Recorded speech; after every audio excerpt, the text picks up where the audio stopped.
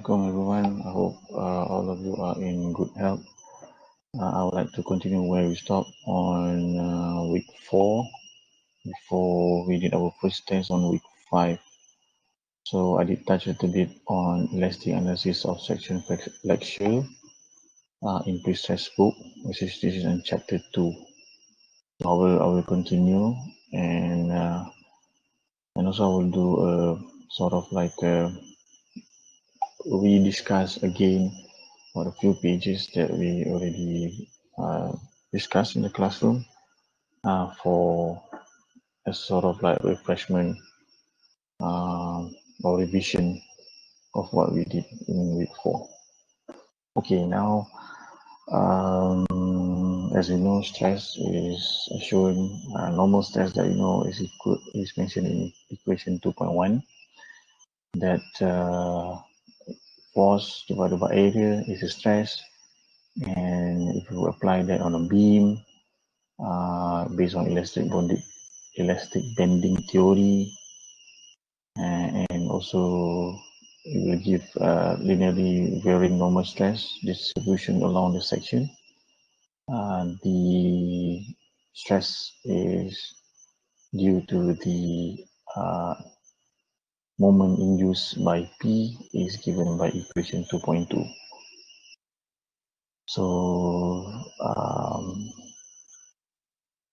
in figure 2.1 here, it explains much further of these two combined stress and what is the total stress of these two loads that occurred or applied and occurred at a beam section.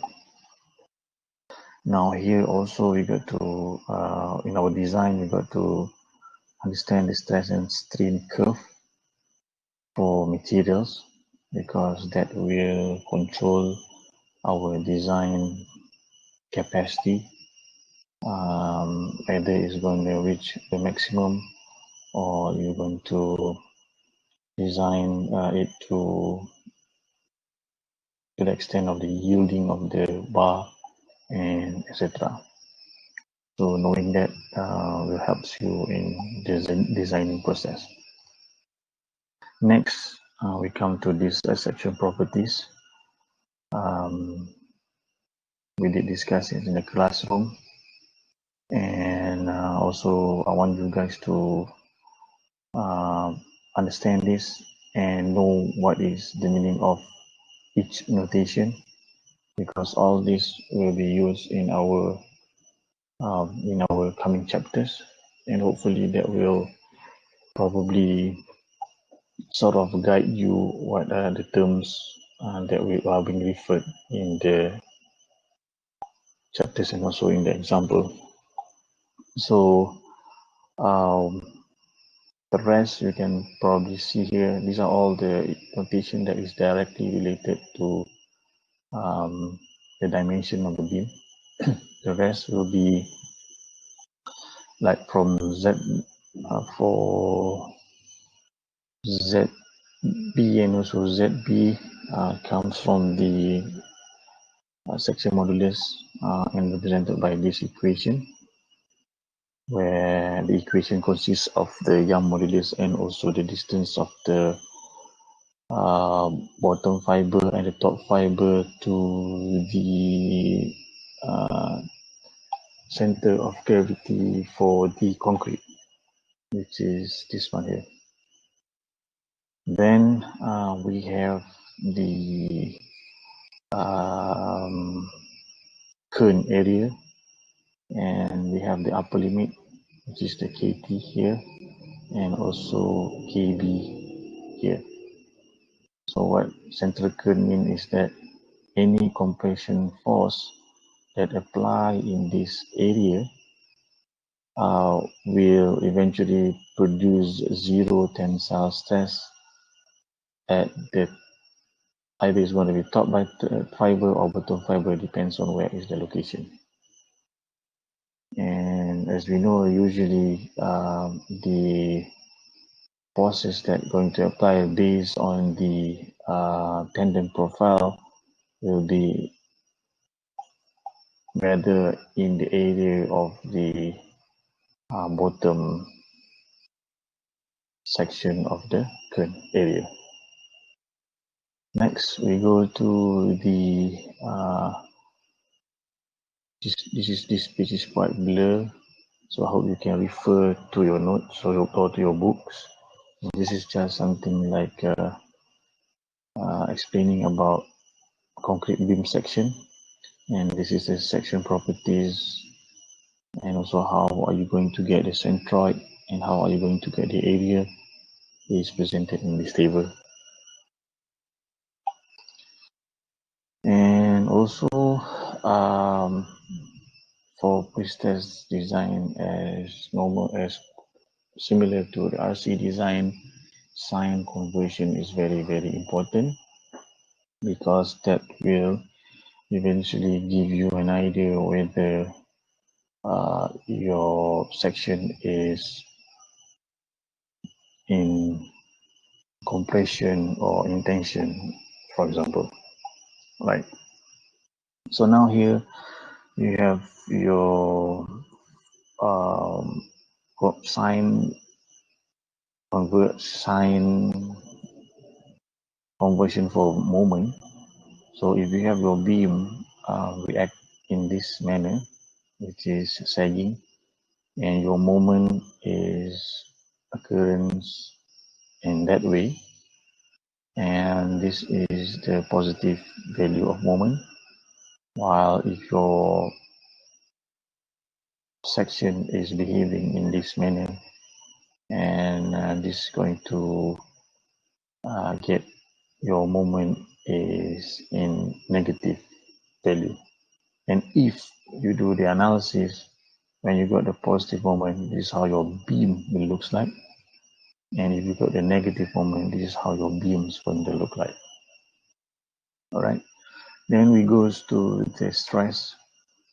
So if the stress is reflecting compression, so if you have positive stresses, what it means that you're going to have your section will be compressed on each side towards the beam or the section. Meanwhile, if you have negative compression, it means that your stress will be pulling out from each side of the section, which is in tension.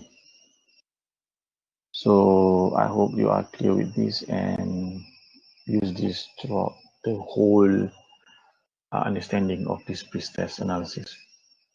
Then in example 2.1 is just showing you on how are you going to calculate the geometric position. You got to somehow separate the section into a few sections, and then you calculate the areas, and eventually you're going to calculate the distance from the top fiber, and you got the value here, and you calculate the modulus of section based on the common equation that you already know, and you use that, and you're going to get the value as shown in this page. Right, basically I want you guys to go through this by yourself.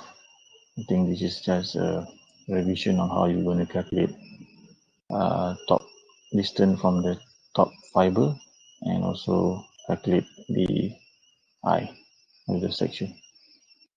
So what new here in this example is that you're going to have the section moduli, which is this one here, and also this. So whatever that you get in the previous calculation, you're going to use this, and you're going to get your section moduli here, and also you're going to get your current distance, which is shown in this page. All right. So I'm going to continue with the stresses in the concrete. There are few methods that you can use to calculate the stresses, and one of it is the equivalent force coupled system. You can read this. This paragraph explain to you what is actually happened in this figure, and it shows you that for a curved tendon, here it is showing you how are you going to derive the force that being applied and the reaction, and what are the vectors of forces occurred in the tendon, and they convert it into Fy and Fi direction, and eventually at the end of the beam, you're going to have a reaction as shown in this diagram here. Okay, then next will be the equivalent load due to pre-stressing. This is just to show you on how are you going to analyze load. In this diagram shows you pre-stressing. Half of this beam is with curved tendon, and another half of this beam is just with straight tendon.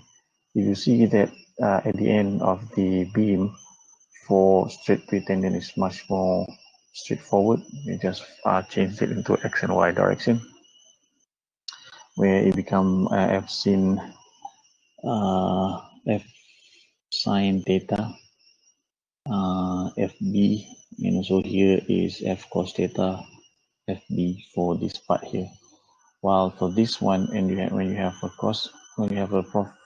curved tendon, so all this force on each point, they're going to transfer it in and converse it into what you call it as load that sort of like up forces that up compress the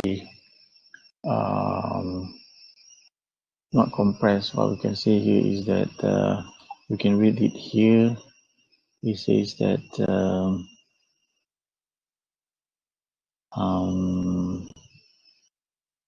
the reaction for a curved profile tendon will produce forces that go upwards in this direction, that to counter the load that being applied on the beam. All right, so I think that you got to read in the notes where that explain that in much detail about the curved tendon.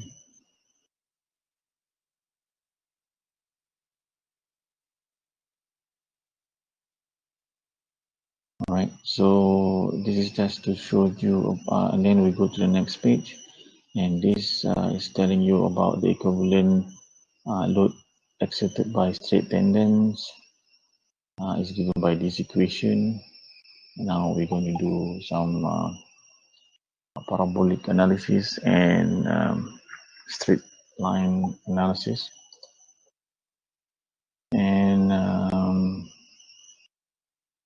so here in this page, the equation given for a straight tendon is a linear equation, while for the parabolic tendons is provided to you by the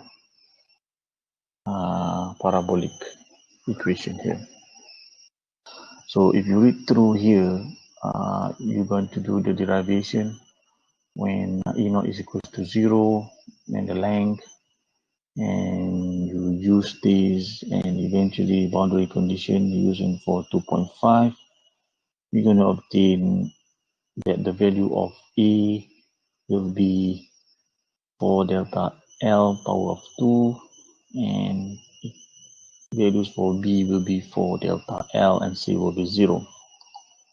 So having that, you're going to come out with this equation 2.7. So equation 2.7 is important when we want to design the tendon profile across the beam.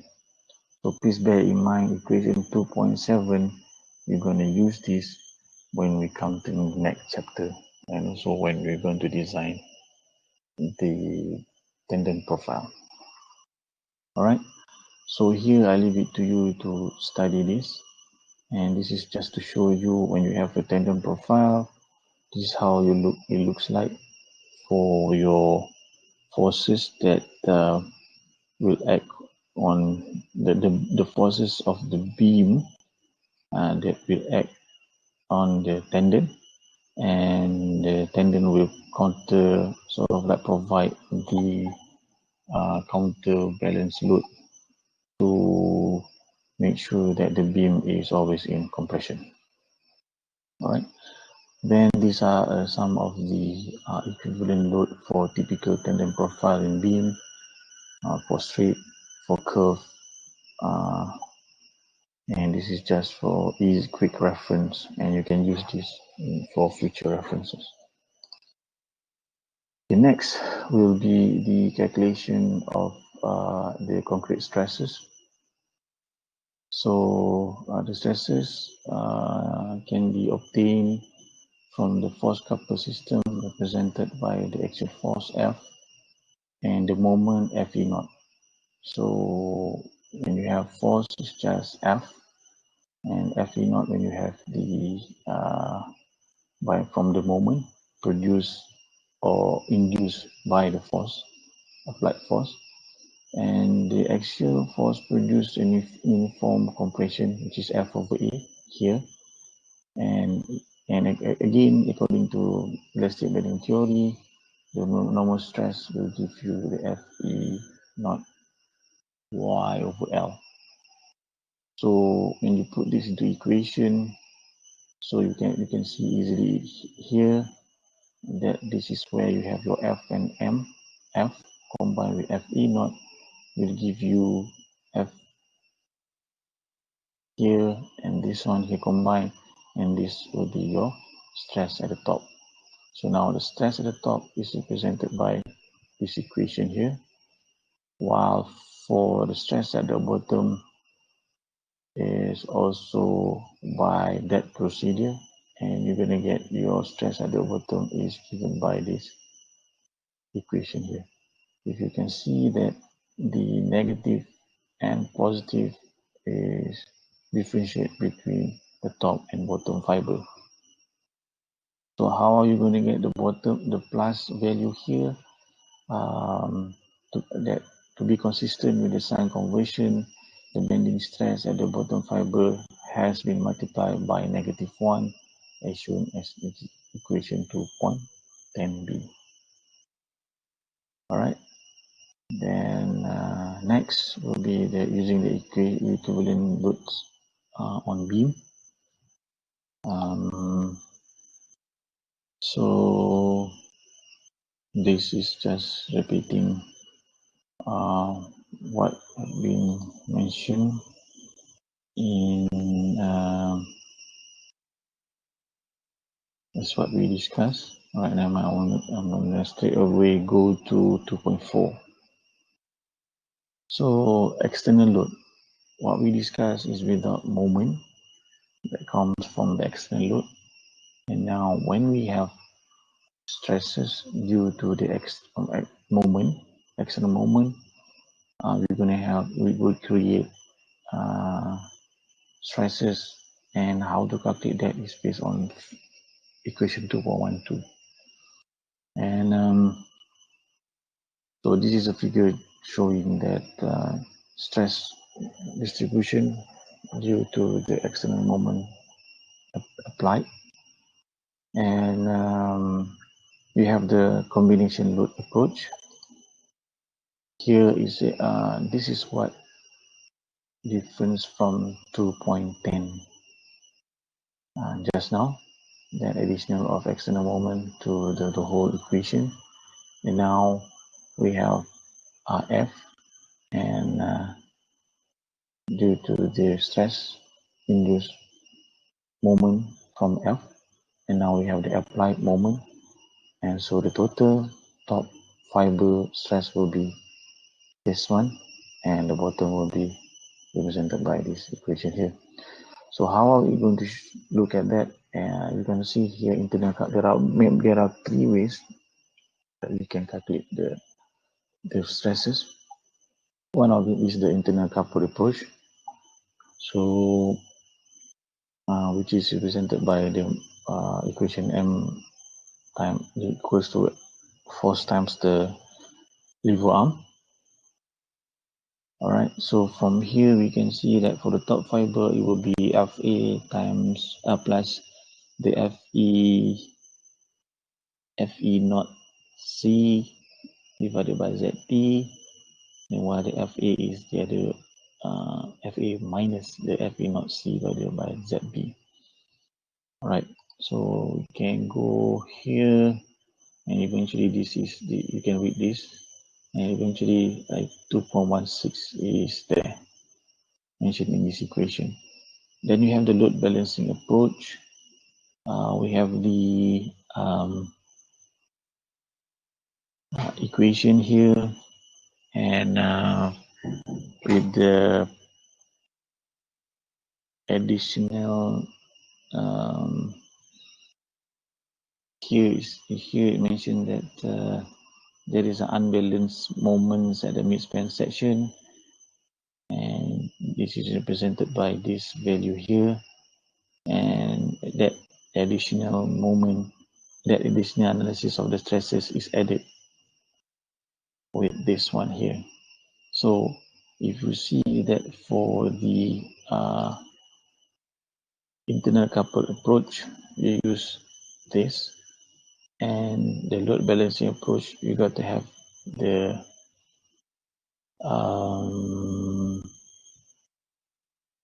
unbalanced load in the calculation. Right. Then another method. Now, before we go to the other method, this is a figure showing you how does the load balancing approach is being used. So you have a parabolic tendon profile, and this is your applied load, and based on that, each distance of the tendon profile will provide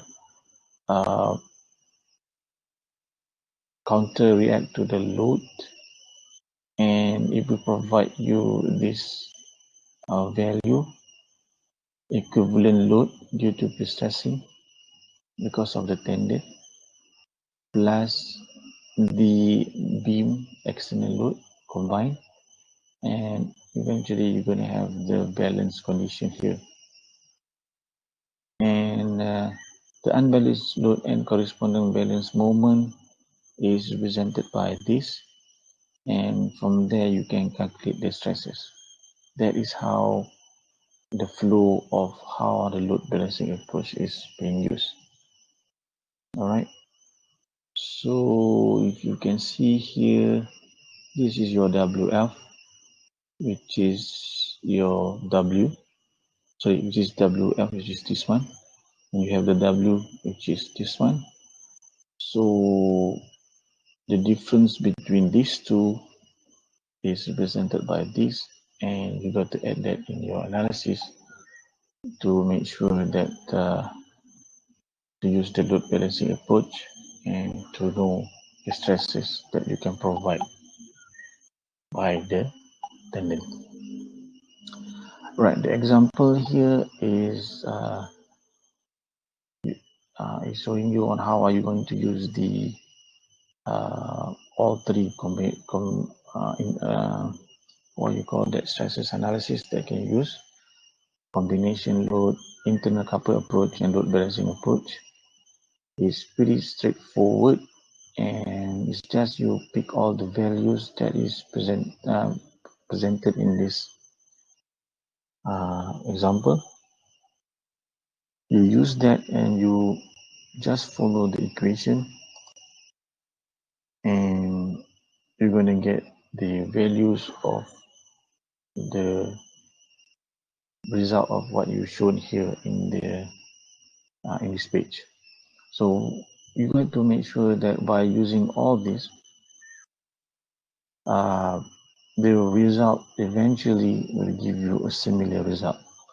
Either you're going to use a combined load approach, internal load approach, or load balancing approach, the compression value, all right, thus the resulting stresses at top and also bottom will be the same of all the three approach.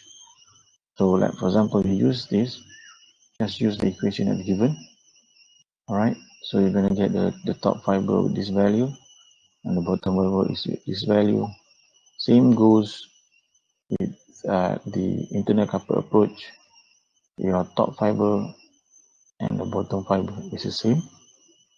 Then we go to the next approach, which is the load balancing, and the value that you're going to get is also the same.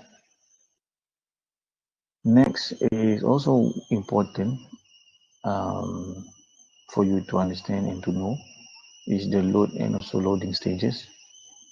So I want you to read this, but I want to highlight the important thing that you got to know throughout this pre-test analysis. One is the initial loading, where refer to the stage when processing force is being transferred to the concrete. And this is usually during casting. And as you know, this force is usually high than what we expected, because there will be some losses during transportation and also during the duration of time. All right, then you have the loading, final loading, that will occur at the service load, and this is during under service condition. And at this stage, it is assumed that all process losses have occurred. Right, this is key, and this is the difference between the initial and also the final loading. So figure 2.8 it shows you the stages of loading. You're going to have here is what we mentioned just now, the initial loading, self-weight, and this is the self-weight applied to the beam, and this is a maximum Fi. So one more thing that you need to notice is that the notation that we use for initial loading is Fi, F or force initial. Then during handling and erection, you're going to have lifting force, and eventually the F that applied is now experiencing losses, and this is the design force that we want, and this is the initial, and is usually in between that at this stage. Then you're going to have during transportation, again you have still losses that you're going to experience, and still your F should be in between these two values. And at the final loading, then you have the imposed load, and you have the live load, and also you have the self weight. This will be your Fe force, that is the minimum. It can be higher, it can be more than Fe, but it should not go way below Fe. If not, that is not according to your design, and your beam will experience some failure. So to simplify this, Fe is equals to NFi. N is losses, and here is written in this page, on this page, that the losses is usually it's usually around 20%, which is between 0.75 and also 0.85, and in between these two is usually 20%, 80% of it. Okay, so these are the stresses at initial loading. This is F. Then from F, you're going to induce moment, and this is also applied moment. this stress combined with this stress, you're going to have your top fiber and bottom fiber, as I explained earlier in the previous page. So you got to use this equation throughout the whole of this book. So this is for top fiber 2.18, bottom fiber 2.19. This is initial final loading. You can also see that for the initial loading stress in the equation, your moment is at M minimum, and for your final loading, it will be your maximum moment. Okay. Then it goes to the decompression moment. Here, I think I leave you guys to read this by yourself. And also here, I mentioned to you about the cracking moment. I also just a brief explanation is presented here. I think this is just to explain to you because just to show you about the boundary that we need to know what are the moments that can cause cracking. And as you know, usually in pre-stress beam, all in compression, and it's unlikely that there is crack occurs on the beam. So the allowable stress, this is very important. I mentioned here that you can find in BS 8110. I want all of you to find this at BS 5400 for the fracture tensile stress for class 1, class 2, and also class 2 for pre and post tension. And this is fracture tensile stresses, fracture compression stresses at transfer. This is fracture tensile stress, fracture compression stresses at service load. And we have two values here for fracture compressive stress and also for both service load and also at transfer. Same goes for the fracture tensile. So I want you to pay attention on this value because this is very important for during your design stage to know whether you're going to use class 1 or class 2 design. Next, we're going to go to the example. These are given while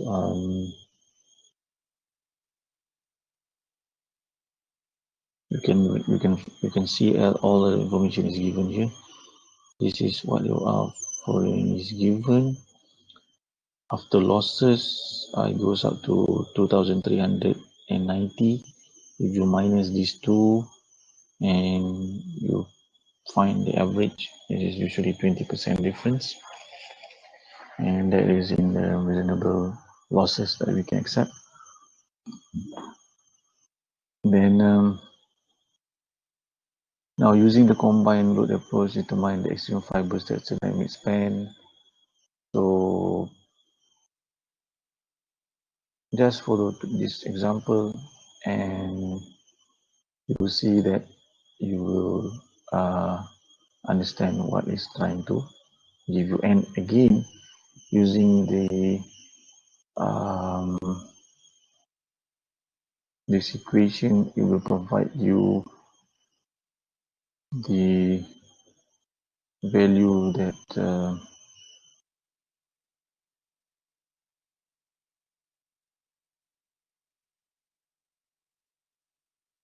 you should get.